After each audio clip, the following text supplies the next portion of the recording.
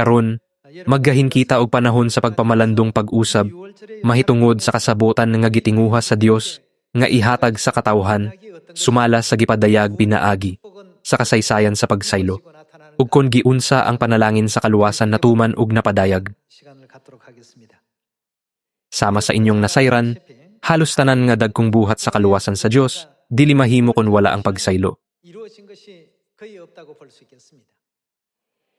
Bisan kon mobalik kita sa 3,500 ka tuig sa panahon ni Moises, giluwas sa Dios ang mga Israelita gikan sa Ehipto, ang yuta sa pag-antos ug sala, pinaagi sa pagsaylo. Makita usab nato sa Biblia ang kasaysayan kon giunsa ni Josue ug sa tanang Israelita ang matinud-anong pagsaulog sa pagsaylo sa wala pa sila misulod sa yuta sa Kanaan.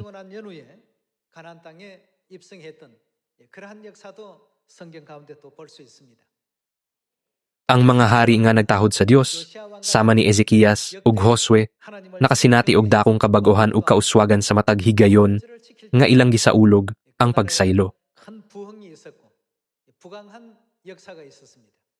Pinaagi usab niini, ang Dios nag-andam ug mahimayaong dalan alang sa tanang katawhan aron makadawat sa mga panalangin sa Dios, pinaagi sa pagtuo. Dili lang kana, apan miyanhi, usab si Jesus ni ining kalibutana, nagtukod sa bag-ong kasabotan pinaagi sa pagsaylo, ug nagtudlo kanato nga ang tanang mga pag-antos sa krus, nga iyang gipas-an alang sa katawhan makita sa kamatuoran sa pagsaylo. Sa adlaw sa pagsaylo, samtang naghatag sa bino, siya miingon, "Kini mao ang akong dugo nga naglig-on sa kasabotan, ang akong dugo nga gipaagas alang sa daghan, aron sa pagpasaylo sa mga sala, aron hingpit natong masabtan ang kahulugan sa pagsaylo." Unsa nga kasabotan ang iyang gitukod sa pagsaylo? Gitudloan niya kita pinaagi sa pag-ingon, lahi kini sa kasabotan kaniadto. Busa iyang gipaila kini isip ang bagong kasabotan.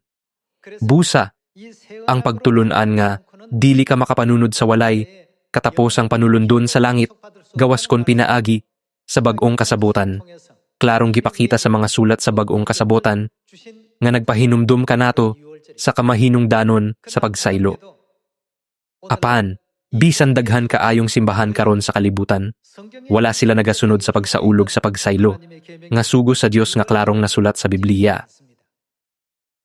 Wala nila sauluga ang pagsaylo kay propesya usab sa Dios. Dili kini tungod kay ang mga tawo sa kalibutan karon kulang sa lawom nga panghunahuna. Ang propesya sa Dios mao ang naggiya sa dagan sa kasaysayan. Busa, unsa man ang giingon nga buhaton ni Satanas sa katapusan bahin sa panahon ug sa balaod. Tungod kay iyang usbon kini, ug ang katawhan nagsunod sa giusab nga mga buhat, kinahanglan pukawon dayon ang tanan pinaagi sa pag-awhag. Balik kamo sa tinuod nga pagtulon-an sa pagsaylo, ang kamatuoran sa kinabuhi sa Dios, gikan sa bakak nga mga pagtulon-an. Niining panahon na, siya nagtudlo kanato sa pagsaylo ug sa adlaw nga igpapahulay. Wala ba kita gipahibalo sa Dios sa tanan niyang mga balaod, mga sugo, ug mga lagda nga naguba ug nadaot na?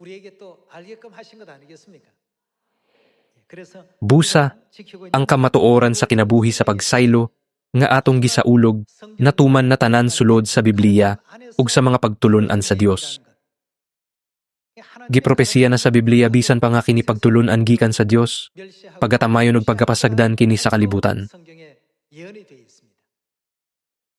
Tungod niini, gihatagan sa Dios ang katawhan, nga nakasala sa langit ug gitambog sa kalibutan, ug kinabuhi nga 70 ngadto sa 80 ka tuig, aron hatagan sila og higayon nga maghinulsol sa hustong paagi, ug pagpangita sa Dios sulod ni anang panahona. Bisan pa man gihatagan ang katawhan og taas nga panahon nga 70 o 80 ka tuig alang sa paghinulsol, ilang giusik kini nga panahon sa sayop nga mga butang. Sila usab nagkinabuhi sa kasaypanan ug nagalakaw sa sayop nga dalan nga wala makaila sa ilang kahimtang nga makasasala sa langit. Gusto sa atong Dios nga atong patingugon ang dakong espirituhanong trumpeta ngadto sa katawhan nga mag-awhag kanila. Balik kamo sa Dios, paghinulsol, ug adto sa Dios.